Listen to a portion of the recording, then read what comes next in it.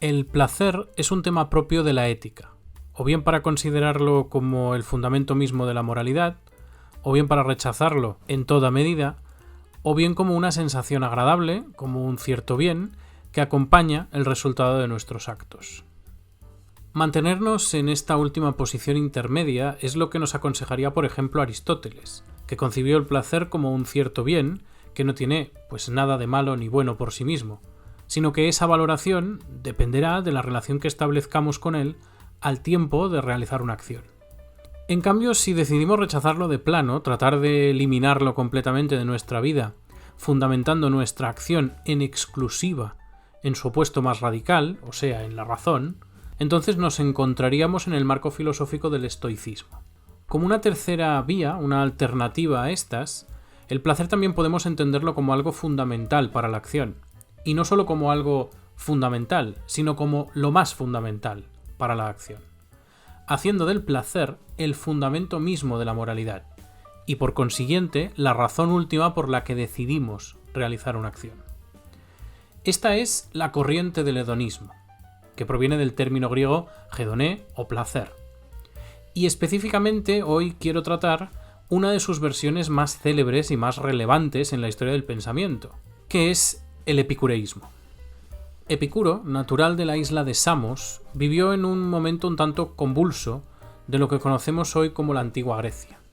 Este filósofo vivió entre el 342 y el 270 a.C., un periodo fuertemente marcado por el desmoronamiento de uno de los imperios más importantes de la antigüedad, el Imperio Macedonio de Alejandro Magno, cuya caída supuso, entre otras muchas cosas, una crisis intelectual que inauguró lo que hoy conocemos como la época helenística.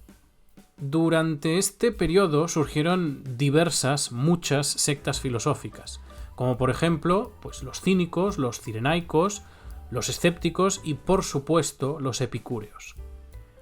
Estos últimos, fundados por el maestro Epicuro, entendieron que la vida humana feliz, la vida humana plenamente desarrollada, solo era posible desde la comprensión de que la felicidad es esencialmente el resultado de perseguir el placer. Esto convirtió a Epicuro y a los epicúreos en férreos defensores de que el placer fundamenta toda acción humana, y por ende que corresponde con un fin propio del ser humano, así como, por supuesto, moralmente aceptable. Y no solo moralmente aceptable, sino que el placer devendrá para los epicúreos el fundamento mismo de la acción moral y por tanto del bien moral. No obstante, Epicuro no abogará por perseguir cualquier tipo de placer, o sea, no dice que debamos actuar buscando el placer por la satisfacción misma de ese placer, sino que el filósofo propone una definición particular para ese concepto, una exposición, entre otros muchos asuntos, que podemos encontrar en el documento recuperado más relevante de toda su filosofía, la Carta a Meneceo. En la Carta a Meneceo, Epicuro define el placer, no como lo haríamos intuitivamente de un modo general, o sea, probablemente como satisfacción de lo agradable, sino como ausencia de dolor o como evitación de lo doloroso. Por tanto, la premisa básica del hedonismo de Epicuro consiste en entender que perseguimos el placer al actuar en tanto que nos otorga ausencia de dolor, es decir, en tanto que nos permite conseguir un estado de tranquilidad de ausencia de perturbación en el ánimo. En este estado, la clave no es sentirse regocijado por el placer, sino no sentirse necesitado, estar satisfecho en el sentido más básico. Quiero decir, estar debidamente comido y debidamente bebido, no sentir dolor corporal, o sea, no sufrir la ausencia de ninguna necesidad propia del desarrollo corporal o del desarrollo de nuestra vida en general. Este estado de tranquilidad, de imperturbabilidad, es lo que Epicuro llamará ataraxia, y que constituye el ideal de vida feliz dentro del epicureísmo. Con esto vemos que este hedonismo no es ni mucho menos un hedonismo de los excesos o de la plenitud de los sentidos, sino que es un hedonismo racionalizado, ordenado, moralmente recto. Y para ilustrar eso, Epicuro se esfuerza en clasificar tanto los placeres como aquellos impulsos que son precursores de esos placeres, o sea, los deseos. En relación con estos segundos, con los deseos, Epicuro nos propone una clasificación en dos tipos: A unos los llama naturales y a otros vanos. Los deseos vanos corresponden con todas esas cosas que queremos, pero que son totalmente prescindibles, dado que no desarrollan ningún aspecto de nuestra vida humana en concreto. Los deseos vanos tienen como único objetivo la satisfacción por la satisfacción, o sea, lo agradable por lo agradable. Y este tipo de deseos son irracionales e irrazonables en la mayoría de los casos. Perseguir deseos de este tipo, deseos vanos, nos convierte o puede llegar a convertirnos en esclavos de esos deseos, lo que nos hace vivir buscándolos permanentemente, ya que lo que importa no es la imperturbabilidad, sino la satisfacción y el exceso. Hemos dicho que Epicuro entendió el placer como ausencia de dolor, pero los deseos vanos no solo nos hacen perseguirlos con el objetivo puesto en el exceso de su satisfacción, sino que en el fondo nos generan un mayor dolor que el hecho de no perseguirlos, ya que perseguirlos y no obtenerlos además genera frustración. En definitiva, los deseos vanos son más o menos evitables y rechazables, bajo el punto de vista de Epicuro, ya que no persiguen el placer de una manera moralmente adecuada en muchos casos. Y eso quiere decir, no lo persiguen de una manera racionalizada y razonable. Por otro lado, de entre los deseos naturales, hay unos que además son necesarios. Estos deseos son naturales porque son aquellos que tenemos en virtud de nuestra propia naturaleza, es decir, para mantenerla y para desarrollarla.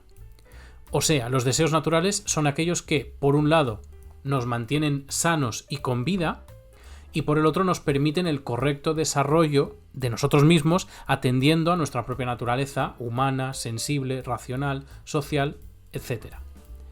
Y por eso, entre los deseos naturales encontramos pues los más obvios, el hambre, la sed y todo lo que concierne a la integridad del cuerpo, pero también nos encontramos otros que a priori pues no son tan obvios, como la felicidad y la necesidad de hacer amigos. En general, el mantenerse vivo y socialmente vinculado y racionalmente estimulado, el garantizarse esa suficiencia racional, corporal y social, es precisamente lo que Epicuro entiende como ausencia de dolor o ataraxia. Bien, pues de los deseos vamos a los placeres.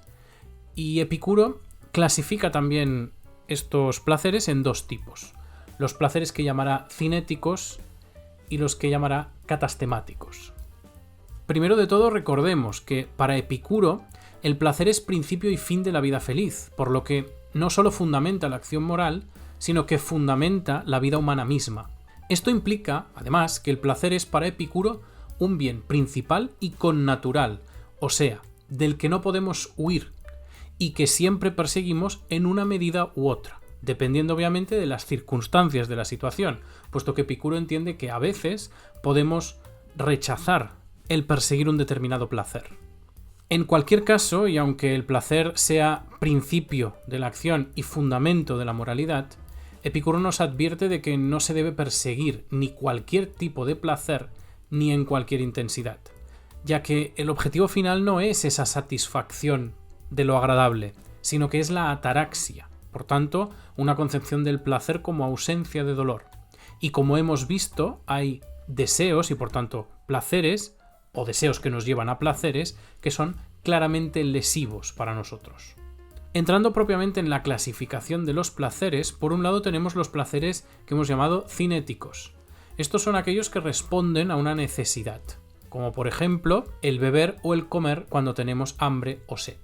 Por el contrario, por el otro lado, los placeres catastemáticos son aquellos que surgen de la ausencia del dolor. Por ejemplo, el alivio de la sed después de beber o el alivio del hambre después de comer. Fijémonos en que Epicuro distingue el placer que se deriva de la actividad y el placer que se da en la actividad. Mientras que el placer cinético se da en la actividad y por tanto es incrementable, es aumentable en intensidad mientras se promueva esa actividad, el catastemático deriva de la actividad, concretamente deriva de la naturaleza de esa actividad, por lo que no es aumentable. Veámoslo en un ejemplo. El placer del comer, el que tenemos mientras comemos, lo podemos intensificar si seguimos comiendo. Sin embargo, el placer que obtenemos al aliviar el hambre no aumenta al continuar comiendo, sino que aparece cuando ya no hay más hambre, que es, por otro lado, el límite natural de la alimentación. De aquí podemos extraer una conclusión bastante relevante, una conclusión importante, y es que los placeres con los que debemos tener cuidado son los cinéticos, principalmente, puesto que el placer racionalizado, razonable, adecuado, es el placer de comer y de beber cuando hay hambre y cuando hay sed. Sin embargo, hemos visto que podemos comer y beber sin tener hambre ni sed, lo que es claramente dañino para nosotros, en tanto que no busca la satisfacción de una necesidad, sino un exceso. En los placeres catastemáticos, por el contrario, ese aumento exagerado del placer no es posible por su propia naturaleza, ya que se deriva de la naturaleza misma de la actividad. O sea, el alivio de la sed aparece solo al aliviar la sed, no al seguir bebiendo una vez la sed ya está aliviada. En definitiva, y habiendo considerado todo esto, podemos deducir que el ideal de vida, el modelo de vida recta del epicureísmo, no se basa en un placer desmedido, en un placer de la actividad, en una satisfacción de lo agradable. O sea, no es un tipo de hedonismo psicológico, sino que el ideal consiste en encontrar la ataraxia y la autarquía, la ausencia de perturbación y la autosuficiencia. Estados para los que son obviamente necesarios determinados placeres y en una determinada medida, en una medida en la que nos alivian del dolor y nos permiten desarrollar nuestras vidas sin caer, sin resultar esclavos de la ambición ni del exceso.